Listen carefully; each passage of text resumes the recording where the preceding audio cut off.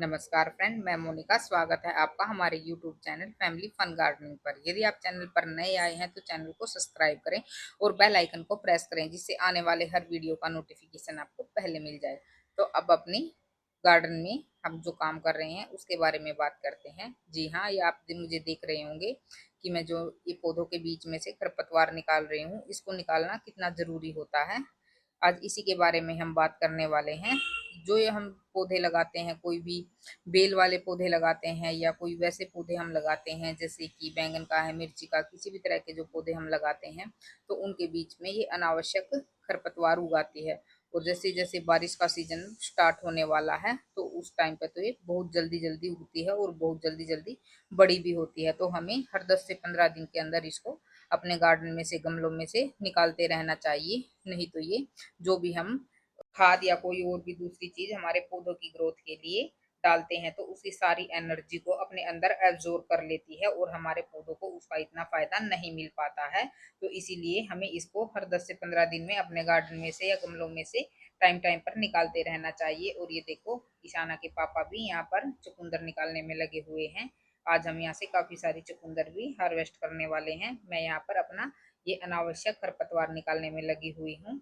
ये देखो, बंदरों ने हमारे गार्डन में कितना बुरा हाल मचा रखा है। ये जो भी पत्ते आप नीचे जमीन पर पड़े हुए देख रहे हैं, ये लंबे लंबे से, ये सारे बंदरों ने पौधों से तोड़ तोड़ करके ऊपर से नीचे फेंक रखे हैं।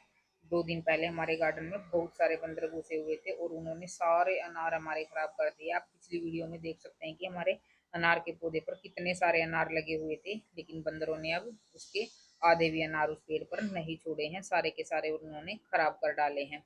और ये देखो, ईशाना के पापा ने आज बहुत सारी चुकंदर यहाँ से हार्वेस्ट की हैं और अभी भी ये चुकंदर हार्वेस्ट करने में लगे हुए हैं। आज हम यहाँ से इनको खत्म ही करने वाले हैं क्योंकि अब ये पकने भी लग गई हैं।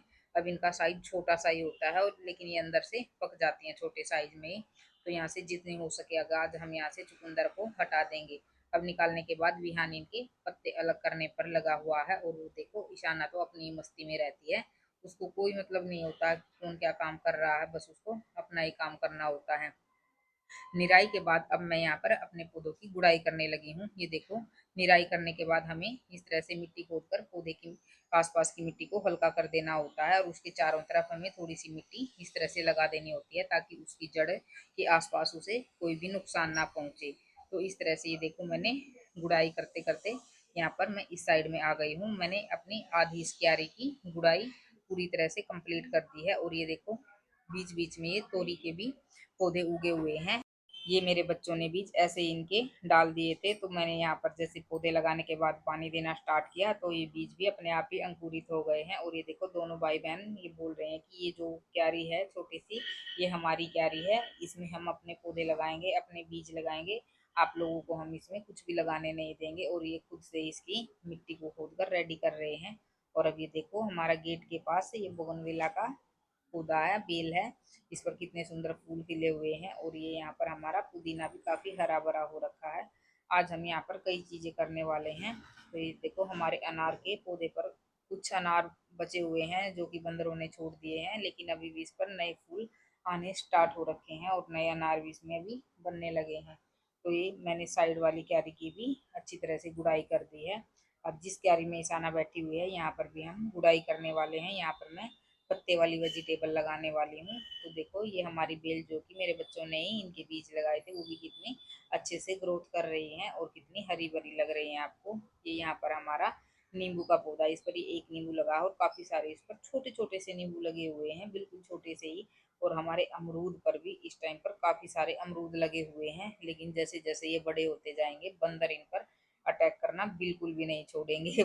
देखते हैं, पता नहीं कितने अमरूद हमें खाने को मिलेंगे इनमें से। और ये देखो, बिल्कुल नीचे की टहनी पर भी 5-6 अमरूद लगे हुए हैं। और यहाँ पर ये 2-3 हमारे टमाटर भी आज पककर रेडी हो गए हैं, जिसको ईशाना आज यहाँ से हार्वेस्ट करने वाली है। ये यहाँ पर एक अनार इस साइड में भी लगा हुआ है। वैसे तो काफी सारे अभी भी लगे हुए हैं, लेकिन बंदरों ने आधे से ज्यादा तोड़ तोड़ कर ये खराब कर डाले हैं।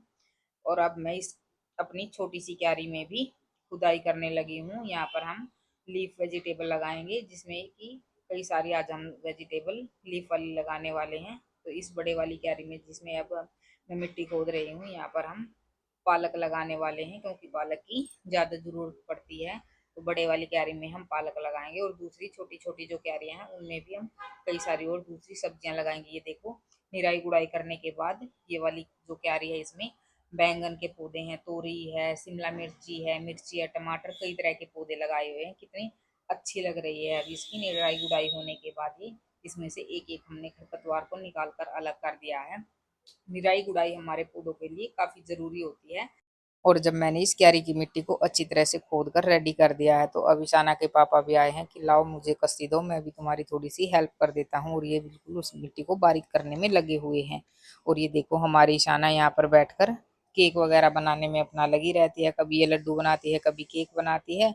आज इसको एक ये छोटा सा बॉक्स और मिल गया है, चूड़ियों वाला जो ये डब्बा होता है, इसको ये घर से इसको लेकर गई है और इसमें भी ये मिट्टी भर रही है कि मैं इसकी बर्फी बनाने वाली हूँ। अब ये देखो बिहान हमारा यहाँ पर इस टाइम पर शूट कर रहा है और ये ईशाना इसको तो ये सबसे पहले शूट करता है कि मेरी बहन क्या कर रही है। ये इसने इसमें मिट्टी भर के बॉक्स में इसको रेडी कर लिया है। अब हमारा खेत पूरी तरह से रेडी हो गया है तो ये 2-3 लीफ वेजिटेबल हम उसमें लगाने वाले हैं। सबसे पहले मैं यहाँ पर ये पालक लगाने वाली हूँ। जो बड़ी वाली क्यारी होती है उसमें हम पालक लगाएंगे। तो मैं आपको दिखाती हूँ कि किस तरह से पालक के बीज दिखाई देते हैं। ये विहान और ईशाना भी सबसे पहले यहाँ पर आ गए हैं कि हमें भी बीज चाहिए, हम भी अपने हाथों से लगाने वाले हैं। विहान ने तो पहले ही अपना हाथ आगे कर लिया है कि मुझे भी चाहिए मम्मा। ये देखो पालक के बीज इस तरह से दिखाई देते हैं, थोड़े से मोटे होते हैं ये। और ये विहान भी मेरे साथ अब यहाँ पर बीज लगाने वाला है। तो ये देख रहा है कि मम्मी किस तरह से बीज यहाँ पर डाल रही है क्यारी में। तो ये भी बिल्कुल उसी तरह से डालने वाला है। ये देखो किस तरह से चारों तरफ ये बीजों को बिखेर रहा है। तो जो हमारी लीफ वेजिटेबल होती हैं उनको सीधे बीज से उगाया जाता है। तो मिट्टी को खोद कर हमें रेडी कर लेना होता है। आप इसको किसी ट्रे में भी लगा सकते हैं, तसले में भी आप इनको उगा सकते हैं। इनको ज़्यादा मिट्टी की जरूरत नहीं पड़ती है, बस 5 से 6 इंच मिट्टी होनी जरूरी होती है। तो इतनी मिट्टी में भी पालक उग जाती है। तो ये देखो मिट्टी हमने रेडी कर ली थी अपनी और उसके ऊपर हमें ये बीज इस तरह से बिखेर देने हैं। तो दूसरी क्यारी में अब हम ये लाल भाजी जिसको बोलते हैं, लाल चौलाई भी इसको बोला जाता है, ये हम लगाने वाले हैं। इसके बीज मैं आपको दिखाती हूँ किस तरह से दिखाई देते हैं। बिल्कुल इसके बीज चिकने होते हैं, बिल्कुल छोटे छोटे से होते हैं। और ये देखो मेरे दोनों बच्चे किस तरह से हाथ आगे करके खड़े हुए हैं कि हमें भी चाहिए, हम भी लगाने वाले हैं। तो मैंने इनको ये बीज देकर दूसरी साइड भेज दिया है। ये देखो बिल्कुल काली सरसों जो होती है उसकी तरह इसके बीज दिखाई देते हैं। बिल्कुल उससे भी छोटे होते हैं, जैसे राई होती है ना उसकी तरह इसके बीज होते हैं लाल चौलाई के। तो ये जो दूसरी वाली क्यारी है इसमें मैं ये लाल चौलाई की भाजी यहाँ पर लगाने वाली हूँ। ये देखो इसको भी सिंपल इसी तरीके से लगाना होता है। बस मिट्टी को खोद कर हमें रेडी कर लेना होता है और उसके बाद जो भी ये लीफ वेजिटेबल होती हैं उसके बीजों को हमें मिट्टी के ऊपर इस तरह से स्प्रिंकल कर देना होता है। बीजों को हमें ज़्यादा इसमें मिट्टी में नहीं दबाना होता है, बस आप ऊपर से ही डाल दीजिए, इतना ही काफ़ी होता है। और ये देखो दोबारा से फिर से ये बीज मांगने के लिए मेरे पास आए हैं, लेकिन इसमें थोड़े से ही बीज आते हैं लाल चौलाई के, तो वो यहीं पर मेरे ख़त्म हो गए थे। तो बीज डालने के बाद हमें इसमें पानी भी देना ज़रूरी होता है, नहीं तो हमारे बीज जर्मिनेट नहीं हो पाएंगे। ये देखो जब स्टार्टिंग में हम कोई भी बीज लगाते हैं तो हमें उसमें इतना पानी ज़रूर डालना होता है कि वो बीज पानी में अच्छी तरह से सॉफ्ट हो जाए, अच्छी तरह से वो फूल जाएं। जब पानी में बीज अच्छी तरह से सॉफ्ट हो जाएगा भीगने के बाद तभी उसमें अंकुरण होता है। अगर हम थोड़ा सा ही पानी डालेंगे तो वो जल्दी से अंकुरित नहीं हो पाएगा। तो इस तरह से ये देखो, और पानी भी हमें एक जगह पर नहीं देना होता है। किसी वाटरिंग कैन से या बोतल में छेद करके आप इस तरह से नए पौधे जो हम लगाते हैं या बीज लगाते हैं उनमें पानी डाल सकते हैं। इस तरह से पानी डालने पर हमारे बीज एक जगह पर इकट्ठा नहीं होंगे, क्योंकि हम रिक्वायरमेंट के हिसाब से उनमें पानी डालेंगे और इससे पानी एक जगह पर नहीं डलता है, जिससे हमारे बीज जहाँ पर हमने डाले हैं वहीं पर रहते हैं और उसी प्रकार से उनका अंकुरण होता है। जैसे कि कई बार पाइप से पानी डालने से बीज एक जगह पर इकट्ठे हो जाते हैं, तो हमें स्टार्टिंग में पाइप से पानी नहीं डालना है। तो इस तरह से आप भी अपने नए लगाए हुए बीजों में पानी डाल सकते हैं।